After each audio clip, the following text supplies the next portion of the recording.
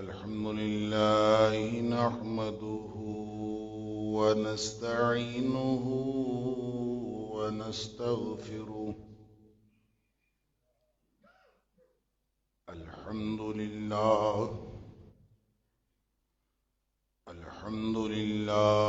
نحمده ونستعينه ونستغفره ونؤمن به ونتوكل عليه ونعوذ بالله من شرور أنفسنا ومن سيئات أعمالنا. من يهده الله فلا مضل له ومن يضلل فلا هادي له. وأشهد أن لا إله إلا الله وحده لا شريك له. وأشهد أن محمدًا عبده ورسوله صلى الله عليه وسلم أرسله بالحق بشيرا ونذيرا بين يدي الساعة. فمن يطع الله ورسوله فقد رشد واهتدى. ومن يعص الله ورسوله فقد ضل وغوى. فإنه لا يضر إلا نفسه ولا يضر الله شيئا. نسأل الله ربنا أن يجعلنا ممن يطيعه ويطيع رسوله ويتبع رضوانه ويجتنب سخطه.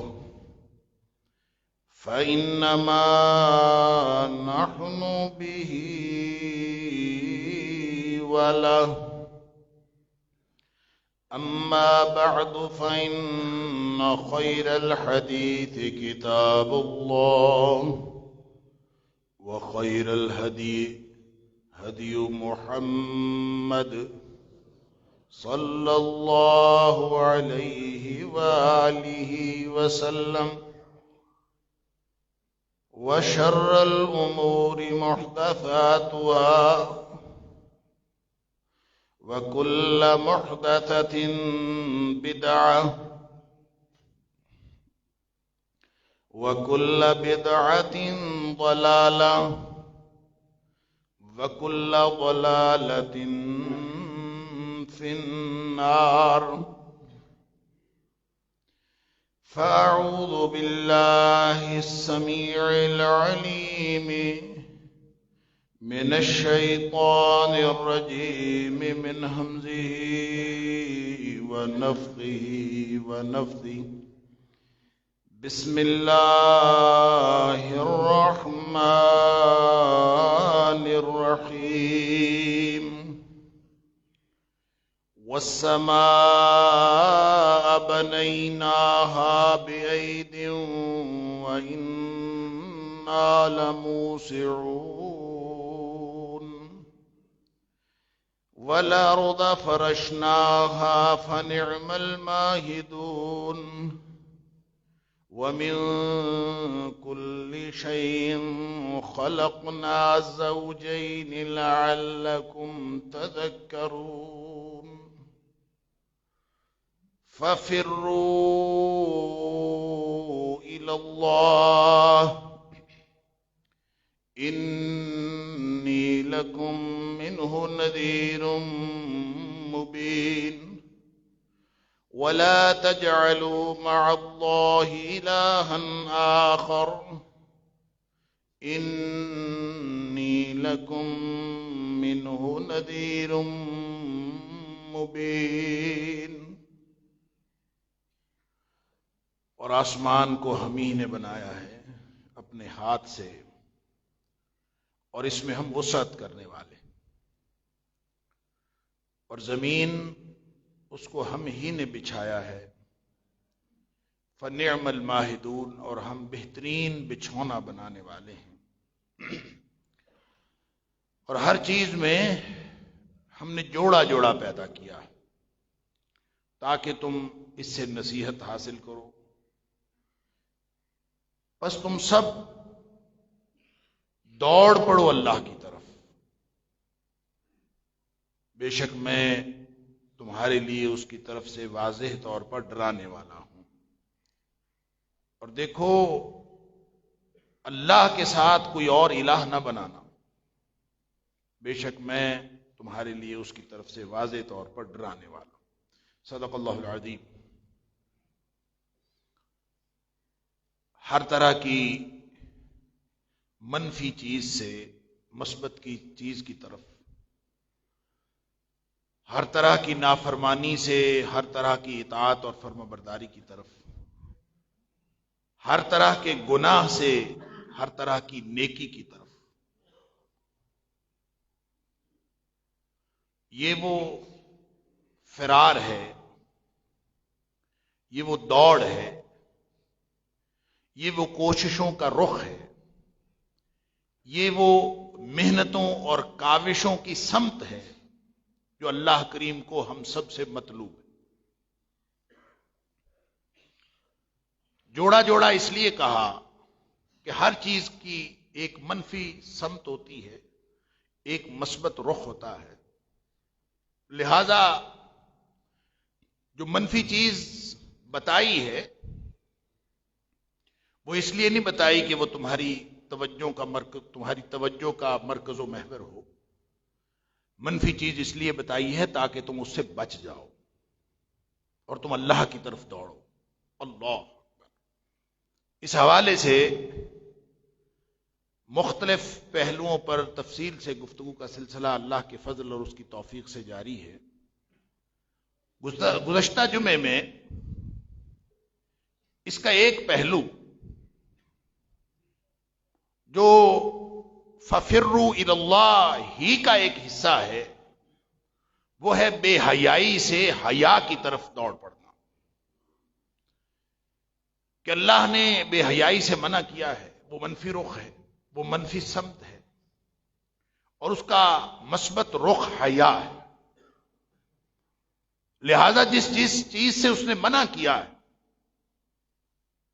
اور جس چیز کا اس نے حکم دیا ہے، ان کو منوعاً تسلیم کر لینا بھی حیا ہے۔ اور ایک بات میں نے اس کو عدل کے ساتھ جوڑ کر عرض کی تھی کہ اسلام کا جو تصور عدل ہے، اس کا معنی یہ ہوتا ہے کہ حقدار کو حق دے دینا۔ عدل کا معنی ہے وضع شیء فی موضعہ، ہر حقدار کو اس کا حق دے دیں، یہ عدل۔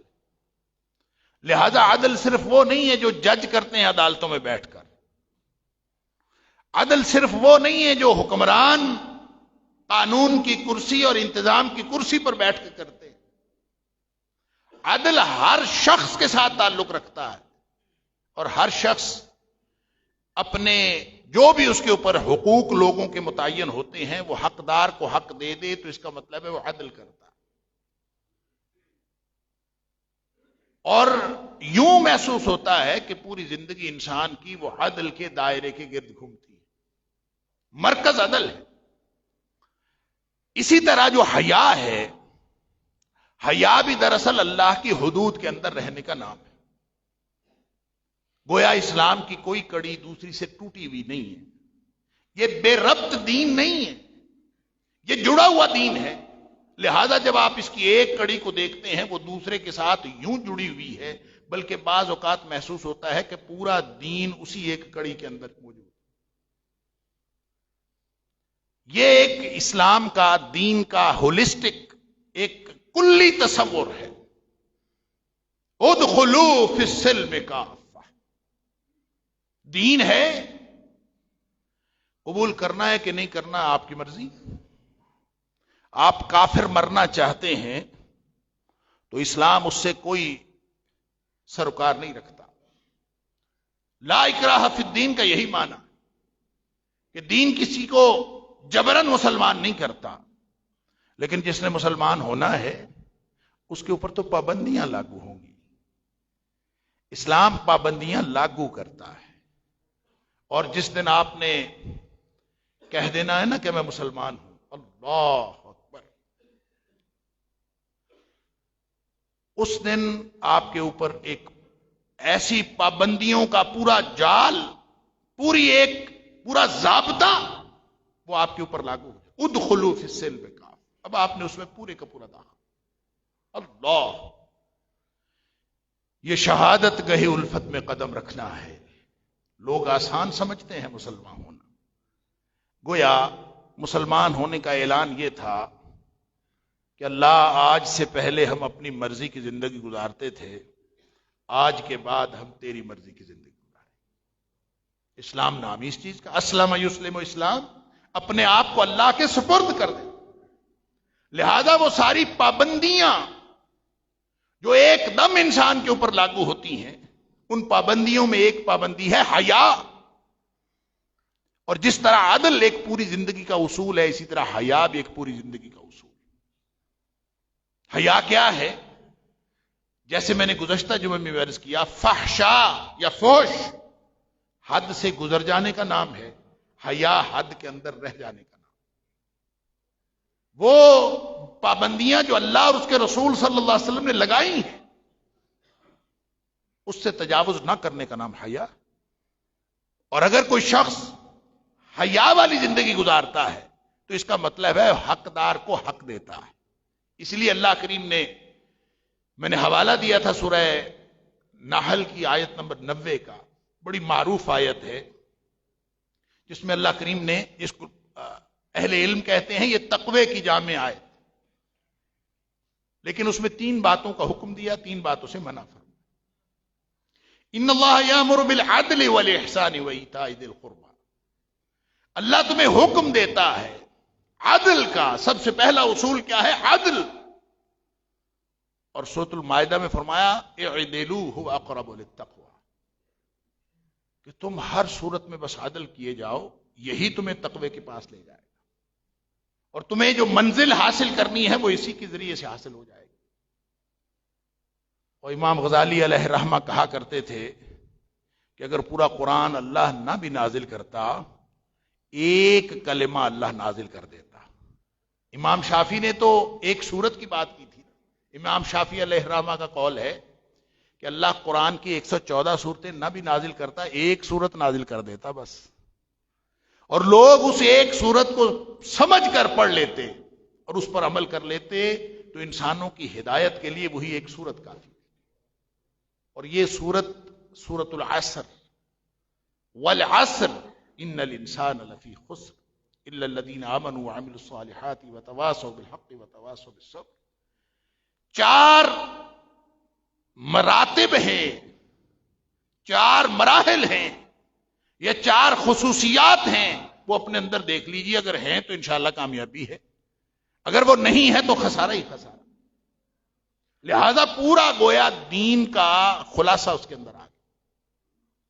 لیکن امام غزالی نے اس سے بڑی بات کی، وہ کہتے ہیں کہ پورا قرآن نہ بھی نازل ہوتا، 114 صورتیں نہ نازل ہوتی، 6236 آیات نہ نازل ہوتی، صرف ایک کلمہ اللہ تعالیٰ نازل کر دیتا، اور لوگ اس کلمے کو سمجھ کر اس پر عمل کر لیتے، تو لوگوں کی ہدایت اور کامیابی کے لیے وہ ایک کلمہ کافی تھا۔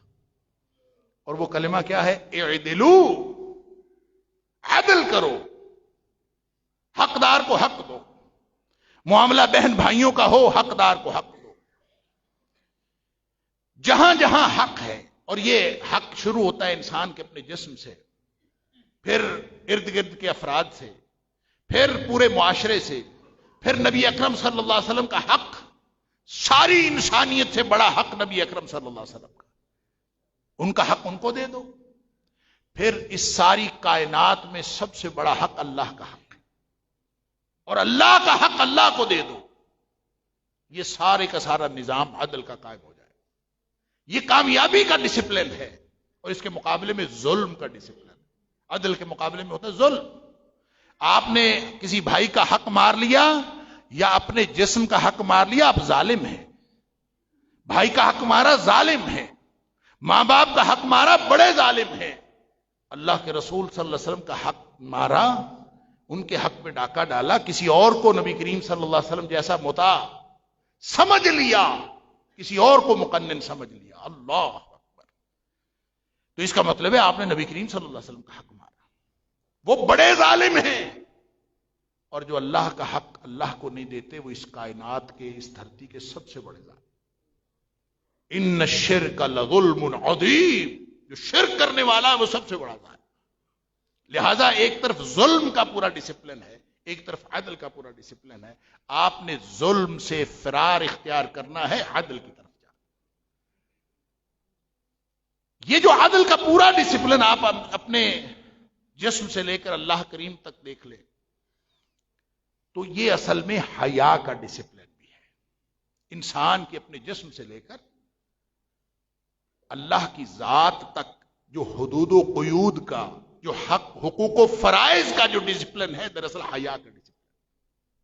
حیا کا کیا مطلب ہے؟ حیا کا مطلب یہ ہے کہ جو اللہ اور اس کے رسول صلی اللہ علیہ وسلم نے حدود لگائی ہیں، ان حدود سے آگے نہ نکلا جائے، یہ حیا ہے۔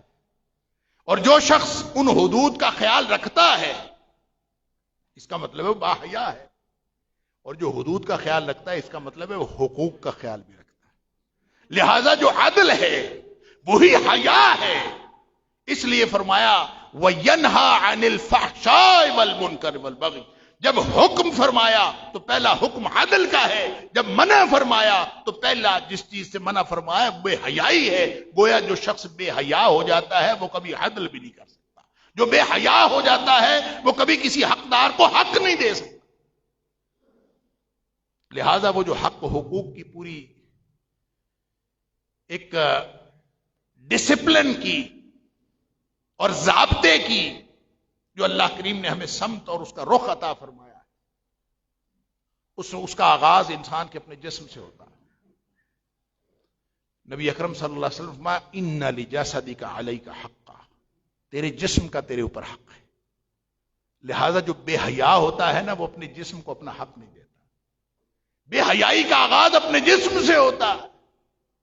جسم کا حق ہے، ان لجسدک علیک حقا، اس میں یہ حق بھی ہے کہ جسم کو غذا فراہم کی جائے، حلال طیب پاکیزہ غذا فراہم کی جائے۔ جو اس کو حرام کھلاتا ہے وہ اس کی حق تلفی کرتا ہے۔ اس جسم کا حق ہے کہ اس کو باپردہ رکھا جائے، اس کو وقار کا لباس پہنایا جائے۔ جو اس کو وقار کا لباس نہیں پہناتا وہ بے حیا ہے۔ یہ یہاں سے یہ ڈسپلن شروع ہوتا ہے۔ اللہ اکبر۔ نبی اکرم صلی اللہ علیہ وسلم فرماتے ہیں وَإِنَّ لِكُلِّ دِينٍ خُلُقٍ، ہر دین کا ایک عملی ضابطہ ہوتا ہے، ایک اخلاق ہوتا ہے، ایک ڈسپلن ہوتا ہے۔ وَخُلُقُ الْإِنسَانِ الْحَيَاءُ، وَخُلُقُ الْإِسْلَامِ الْحَيَاءُ، اور اسلام کا جو دین اسلام، ان الدین عند اللہ الاسلام، اللہ کے نزدیک پسندیدہ دین صرف اسلام۔ تو اسلام کا ڈسپلن کیا ہے؟ فرمایا وہ حیا ہے۔ اور حیا کا مطلب کیا ہے؟ کہ آپ ان حدود کے اندر رہیں۔ جسم میرا نہیں ہے، جسم اللہ کا ہے، مرضی اس کی چلے گی۔ میرا ہوتا تو میری مرضی چلتی، میری زندگی میری نہیں ہے، میری اولاد میری نہیں ہے، میری زندگی اپنی، میرا جسم میرا نہیں ہے، لہذا میری مرضی کسی چیز پر نہیں چلتی۔ مال جو اللہ نے دیا ہے وہ اسی کا ہے۔ اللہ اکبر۔ تو مرضی کس کی چلے گی؟ جس کا ہے اسی کی چلے گی۔ تو جو باحیا انسان ہوتا ہے وہ پھر اپنے جسم سے لے کر اللہ کی ذات تک ہر چیز کے بارے میں حیا کا جذبہ رکھنا. یہ ایک ڈسپلن ہے. اور کسی شخص کو اگر خیال نہیں رہا اس نے حیا کو چھوڑ دیا, وہ ان حدود کی خلاف ورزی کرتا ہے یا کسی حد کا خیال نہیں رکھتا, تو بس یہ تو ایک ذرا سا ایک بڑا باریک سا پردہ ہے حیا اور بے حیائی کے درمیان. حدود کا خیال رکھنا ہے کہ نہیں رکھنا. بس جو ہی آپ نے ایک دفعہ حد کراس کی, اس کے بعد پھر کوئی حد باقی نہیں رہتی.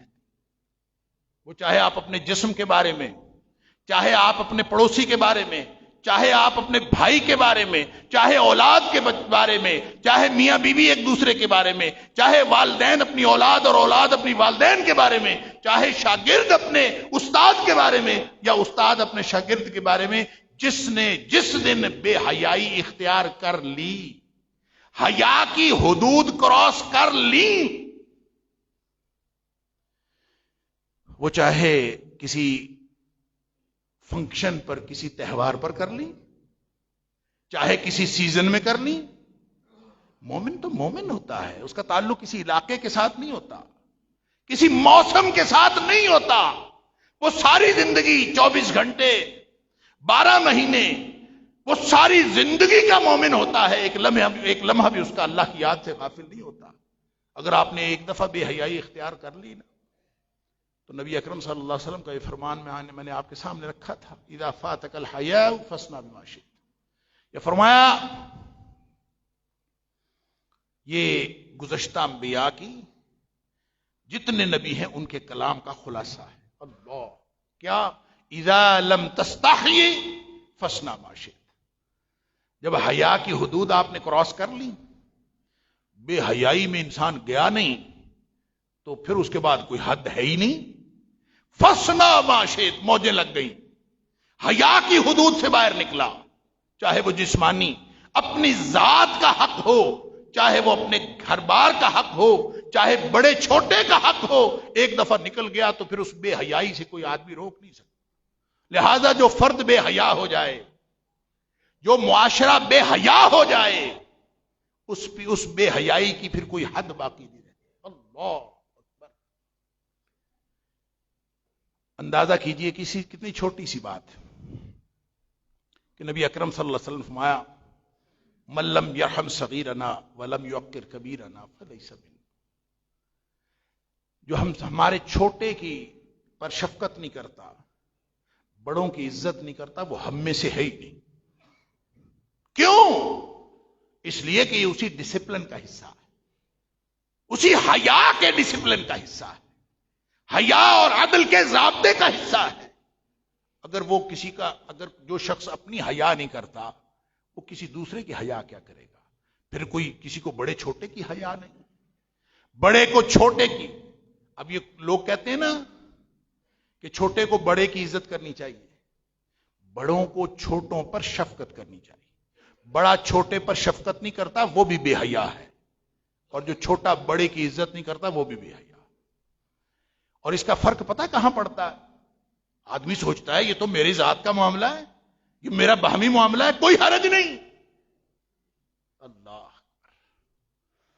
کوئی شخص اگر اس دنیا میں آپ سے ذرا پہلے آ گیا ہے نا, چند دن پہلے آ گیا ہے, وہ بڑا ہے. اور پھر اگر اس کے سفید بال آ گئے, اللہ اکبر, ایسی حد حیا کی لاگو ہوتی ہے. نبی اکرم صلی اللہ علیہ وسلم نے فرمایا, حضرت ابو موسیٰ اشعری رضی اللہ تعالیٰ عنہ راوی, نبی اکرم صلی اللہ علیہ وسلم فرمایا, ان من اجلال اللہ عز وجل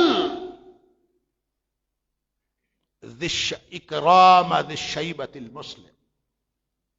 ایک مسلمان آدمی ہو, اور بڑا ہو, بوڑھا ہو, یا اس کے سفید بال ہو, داڑھی میں سفید بال آ گئے, سر کے بال سفید ہو گئے, شیبہ,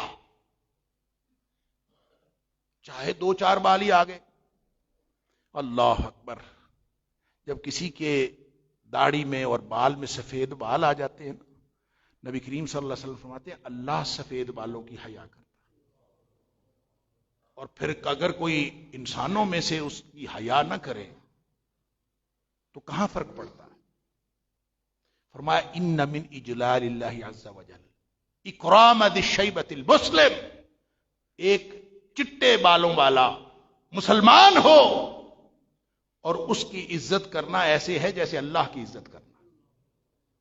ان من اجلال اللہ عز وجل، یہ اللہ کی عزت اور احترام کے مترادف ہے کہ آپ کسی بڑے کی عزت کرتے ہیں. کیوں؟ اس لیے کہ اس حیا کے نظام کا حصہ ہے، اس حیا کے ڈسپلن کا حصہ ہے.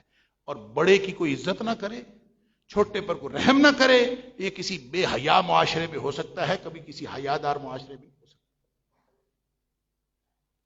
کل پرسوں ہمارے ہاسٹل میں ایک واقعہ ہوا. فروٹ شاپ والے کو ایک سٹوڈنٹ نے تھپڑ مار دی، لڑائی ہوئی کوئی آپس میں، کوئی ریٹ پہ کیا مسئلہ ہوا. تو میں خیر دونوں کو میں نے بلایا. اتنی مجھے شرم آئی کہ وہ جس کو اس نے تھپڑ مارا تھا اسٹوڈنٹ نے، اس کی داڑھی چٹے بال، سفید بالوں والا، اس کی عمر سے کم از کم وہ 10 15 20 سال بڑا ہوگا، اس کو اس نے تھپڑ مارا. میں نے اس کو بلایا، میں نے کہا یار تجھے شرم ہی نہیں آئی؟ یار تو اور کچھ نہیں، یہ چٹے بالوں کی حیا کر لیتا، یہ سفید بالوں کی حیا. لوگوں کو آج تو میں سمجھتا ہوں کوئی بڑا کوئی چھوٹا کوئی رہ ہی نہیں گئی باقی. اندازہ کیجئے کوئی مسلمان ہو، کہیں کا ہو، کوئی تعلق نہ ہو، تو اس کا صرف بڑا ہونے کی وجہ سے حق ہے کہ اس کا احترام کیا جائے. اور اس کے احترام کرنا یہ حیا کا تقاضا ہے. اور اگر کوئی نہیں کرتا تو اس کا مطلب ہے وہ تو اللہ کی عزت پہ ہاتھ ڈالتا ہے. ان من اجلال اللہ عز وجل ذی الشیبۃ اکرام ذی الشیبۃ المسلم. کوئی اگر مسلمان عام آدمی بڑا ہے اس لیے عزت کرو یار کہ وہ بڑا ہے، 4 دن پہلے زندگی اس دنیا میں آ. اور اگر کوئی رشتہ دار ہے، سوچئے ذرا، رشتہ دار ہے اور داڑھی بھی سفید ہے بھی بڑا عمر میں، اور رشتہ دار ہے تو اس کا دوہرا حق ہے. اور اگر کوئی رشتہ داری بھی ایسی ہو کہ وہ آپ کا بھائی ہے، یا رشتہ داری یہ ہے کہ وہ آپ کے گھر میں نہ بھی رہتا ہو، آپ کا پڑوسی ہو، تو پڑوسی کا بھی ایک حق ہے. رشتہ دار ہو، پڑوسی ہو، 2 حق. مسلمان ہے 3 حق، اور بڑا ہے 4 حق. اور اس کے باوجود ہم عزت نہیں کرتے. اللہ کی ذات سے ہم نے کیا لینا ہے؟ اللہ کی ذات ہمیں کہاں لکھے گی کہ اتنے بے حیا ہے کہ کسی حق کا خیال نہیں رکھتے؟ یہ ہمارا کیا معاشرہ ہے؟ انا للہ و انا الیہ. صرف پڑوس کا حق. صاحب بالجنب، فرمایا کہ تم اگر بیٹھے ہو نا اکٹھے اور سفر کیا ہے یا ویسے ہی کہیں بیٹھنا نصیب ہوا ہے، تم ساتھ بیٹھے ہو تو ساتھ والے کا حق ہے. لہذا یہ حق حقوق کی پوری چین ہے، ایک پورا ڈسپلن ہے، یہ پورا دین ہے. اور اگر کسی شخص کے اندر حیا باقی نہیں، وہ بے حیائی کی کوئی ایک بات کرتا ہے تو اس کا مطلب ہے اس نے بے حیا کی حدود پھلانگ لی ہیں. اب اس کے بعد کوئی حد باقی نہیں رہی. جو بے حیا ہو گیا پھر جو مرضی کرتا پھرے. ایک دفعہ بے حیائی ہونا ہے نا، وہ اس کے بعد کچھ نہیں ہوتا. ایک دفعہ انسان کی اندر سے کوئی ضمیر جو ہے وہ ایک دفعہ اس کو ملامت کرتا ہے، دوسری دفعہ ملامت نہیں کرتا. اللہ اکبر. ایک دفعہ وہ جو میرے کزن بتاتے ہیں کہ وہ کہیں رہتے تھے دور دراز علاقے میں، سرگودا کے کسی علاقے میں، تو کہتے ہیں کہ وہاں سے ہاسٹل میں رہتے تھے تو وہاں سے ریل کی پٹڑی گزرتی تھی، اور دوپہر میں وہ کہتے کھانا کھانے کے لیے ہمیں پٹڑی گزر کے جانا پڑتا تھا. تو ہمارے ساتھ پین بھی تھا ہاسٹل کا. تو جب ہم اس پٹڑی سے گزرنے لگے، شدید گرمی کی دوپہر تھی، تو ہم وہاں سے گزر رہے تھے. تو اس کو ہم نے کسی ایک نے کہہ دیا پین کو کہ اگر تم دھوتی اٹھا کے اس پٹڑی پہ بیٹھ جاؤ نا تو تمہیں 100 روپیہ دوں گا. دوسرے نے کہا 100 میں بھی دوں گا، تیسرے نے کہا 100 میں بھی دوں گا. جب واہ ساری رقم ہو گئی نا تو وہ کہتا ہے چلے میں بیٹھتا ہوں. تیار ہو گیا، وہ کہتے ہیں دھوتی اٹھائی اور وہ اس تپتی دوپہر میں شدید گرم اس کے اوپر بیٹھ گیا. اچھا، وہ کہتے ہیں جب بیٹھا نا تو ایک دفعہ بیٹھا اور بیٹھ کے تھوڑا سا ابھرا، اس کے بعد پھر بیٹھ گیا آرام سے. کہتے بعد میں خیر اس نے بعد میں ہم نے پوچھا کہ یہ کیا ہوا تھا کہ آپ ایک دم جو ہے وہ پھر بیٹھ گئے تھے آرام سے کچھ. وہ کہتے پہلی دفعہ یہ احساس ہوتا ہے بس. تو وہ پہلی دفعہ کا احساس بندہ برداشت کر لے تو اس کے بعد احساس ختم ہو جاتا ہے. یہ پوری زندگی کا سبق ہے. گناہ، بیماری، برائی، بے حیائی اگر پہلی دفعہ کسی کو تکلیف دیتی ہے تو وہ اس کو برداشت کر دیتا ہے. ایک دفعہ وہ نکل گیا تو پھر جو مرضی کرتا پھر احساس ختم ہو جاتا. بے حیا انسان ہوا نہیں، اس کے بعد کوئی احساس باقی نہیں رہتا. لوگ کہتے ہیں جمود ہے، لوگ کہتے ہیں بے حسی ہے، لوگ کہتے ہیں انسان سے تعلق نہیں رکھتا، آپس میں رحم کے جذبے ختم ہو گئے. اصل میں حیا ختم ہو گئی. کسی کا کوئی شخص کسی کے بارے میں کوئی حیا کا جذبہ ہی نہیں رکھتا. اور سن لیجئے نبی اکرم صلی اللہ علیہ وسلم کی حدیث آپ نے پہلے سنی ہوگی. اس پورے نظام کو، اللہ کی بندگی کے پورے نظام کو اللہ کے رسول صلی اللہ علیہ وسلم نے حیا کے ساتھ منسلک کیا. نبی کریم صلی اللہ علیہ وسلم فرماتے ہیں ایک دن صحابہ کرام بیٹھے تھے، آپ فرمایا استحیوا من اللہ حق الحیا. میرے صحابہ اللہ سے یوں حیا کیا کرو جس طرح اللہ سے حیا کرنے کا حق ہے. اب صحابہ کہتے ہیں اللہ کے رسول صلی اللہ علیہ وسلم نحن نستحی من اللہ الحمدللہ، ہم میں سے کوئی کون بے حیا ہے؟ ہم سارے اللہ کا شکر ہے اللہ سے حیا کرتے ہیں.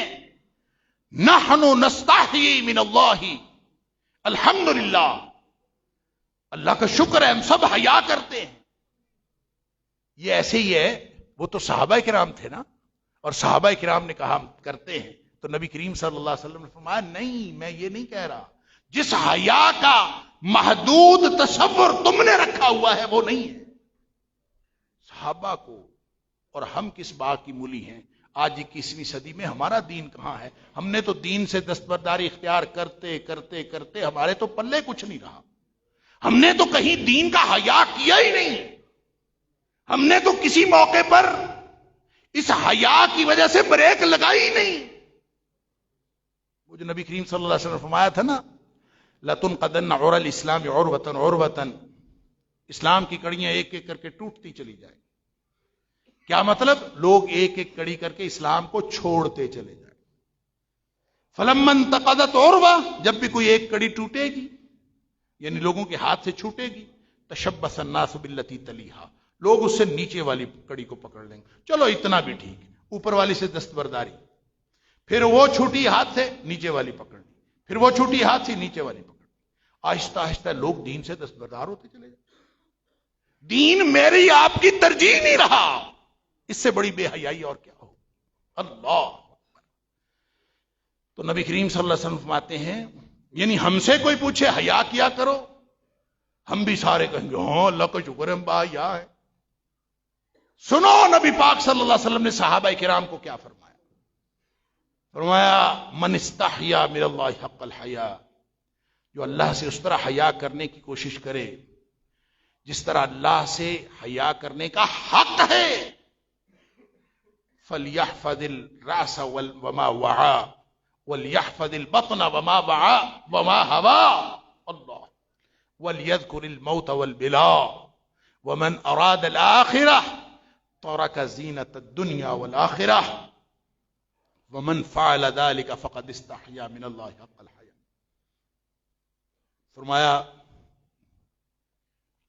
کہ جو اللہ سے اس طرح سے حیا کرے جس طرح اللہ سے حیا کرنے کا حق ہے. اس کا کیا مطلب ہے؟ اس کا مطلب ہے جس بات سے اللہ نے روکا رک جاؤ. اپنی مرضی کی حدود و قیود طے نہ کرو، اللہ کی مرضی کی حدود و قیود طے کرو. اس کا پورا زندگی کے نظام کے ساتھ تعلق ہے. فرمایا فَلْيَحْفَظِ الرَّأْسَ وَمَا وَعَى وَلْيَحْفَظِ الْبَطْنَ وَمَا هَوَى. جو کچھ سر میں ہیں اور جو کچھ اس کی سوچیں ہیں ان کی بھی حفاظت کرو، اور جو کچھ پیٹ میں ہیں اور جو کچھ خواہشات ہیں ان کی بھی حفاظت کرو. اپنی مرضی کی خواہشات کی حدود بھی نہیں ہونی چاہیے، اپنی مرضی کی تمنائیں بھی نہیں ہونی چاہیے، اپنی مرضی کی سوچیں بھی نہیں ہونی چاہیے. اپنی سوچیں بھی پاک رکھو, اپنا کھانا پینا پاک رکھو, اپنی خواہشات آرزویں تمنائیں بھی پاک رکھو. وَلْيَذْكُرِ الْمَوْتَ وَالْبِلَا, اور جس کو حیا مانے ہے نا, تو پھر وہ ہر وقت موت کو اور تباہ و برباد ہو جانے, گل سڑ جانے کو یاد رکھے. جو گل سڑ جانے کو یاد رکھے گا نا, وہ نعرہ لگا سکتا ہے میرا جسم میری مرضی.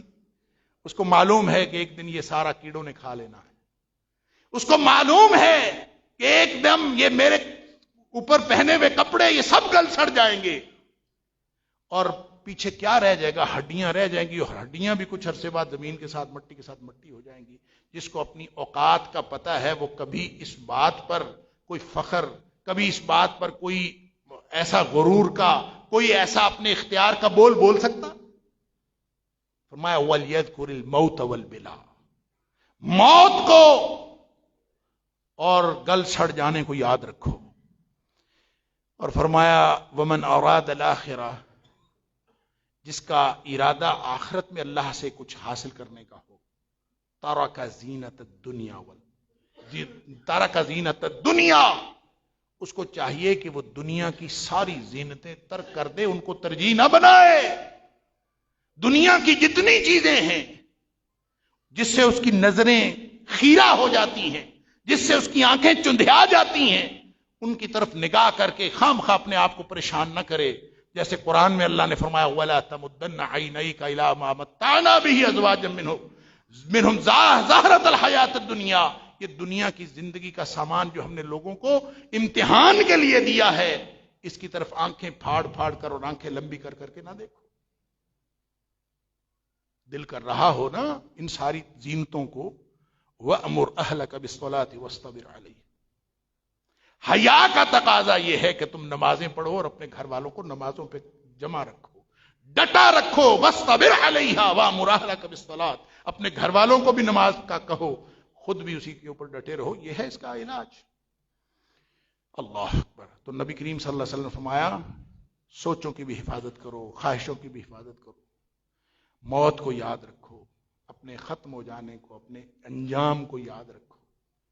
اور جو شخص آخرت چاہتا ہے اس کو چاہیے کہ دنیا کی زینت کو ترجیح نہ بنائے. اگر اس ڈسپلن کے ساتھ آپ منسلک ہیں, ومن فعل ذلك, جو شخص اس طرح کی زندگی گزار رہا ہے, فقد استحیا من اللہ حق الحیا, اس کا مطلب یہ ہے کہ وہ اللہ سے اس طرح حیا کرتا ہے جس طرح اللہ سے حیا کرنے کا حق. اللہ تعالیٰ مجھے اور آپ کو با حیا بنائے, با حیا زندگی عطا فرمائے, با حیا موت نصیب فرمائے, اور اللہ تعالیٰ قیامت والے دن ہم سب کو با حیا لوگوں میں اٹھائے. وآخر دعوانا الحمدللہ.